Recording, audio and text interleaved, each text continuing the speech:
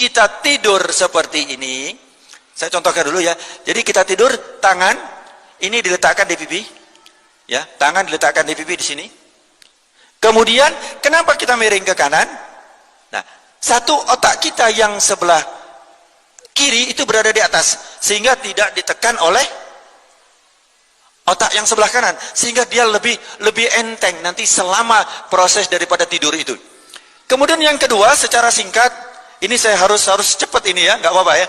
Jantung kita pada saat kita tidur seperti ini, maka jantung kita posisinya di mana? Di atas.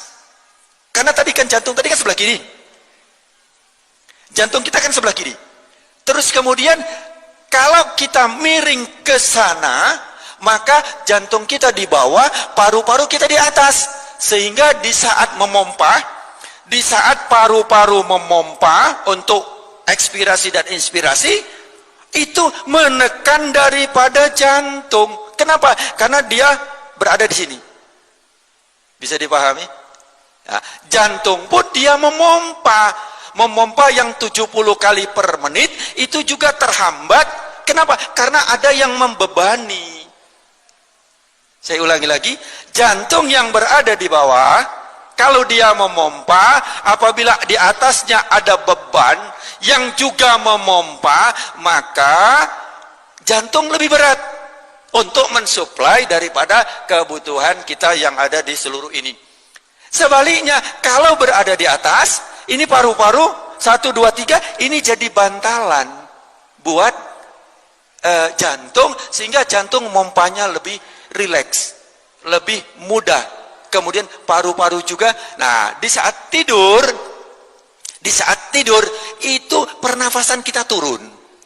Tidak 16, 12, 14, ya tidak sampai 20.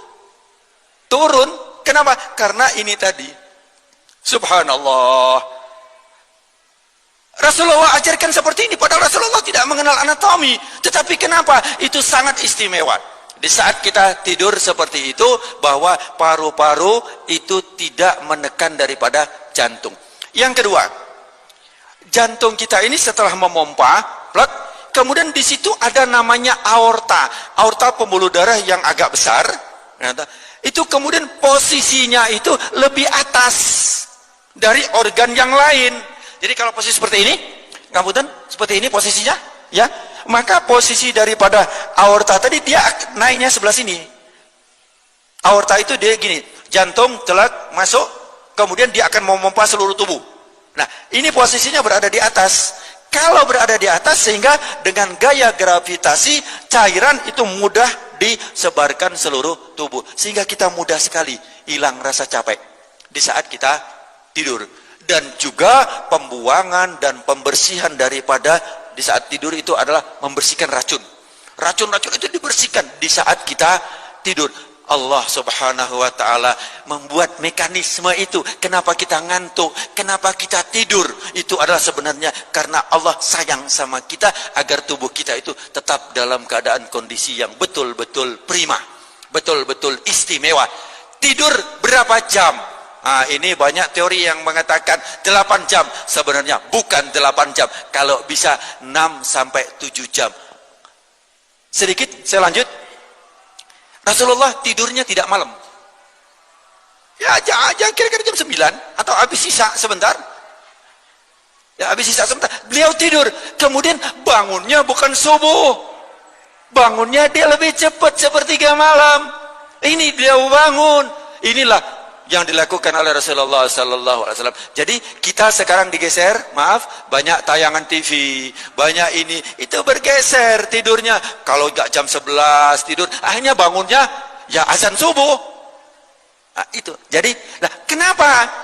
Karena apabila sudah datangnya gelap, maka Allah berikan itu kesempatan kita untuk istirahat, untuk istirahatkan tubuh kita. Saya kembali sedikit.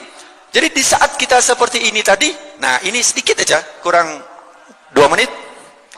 Di saat kita tidur ini, kaki kita jangan lurus. Kaki kita jangan lurus. Kenapa? Kalau lurus, otot ini akan ketarik. Jadi harus rileks, ditarik sedikit, agak ditekuk.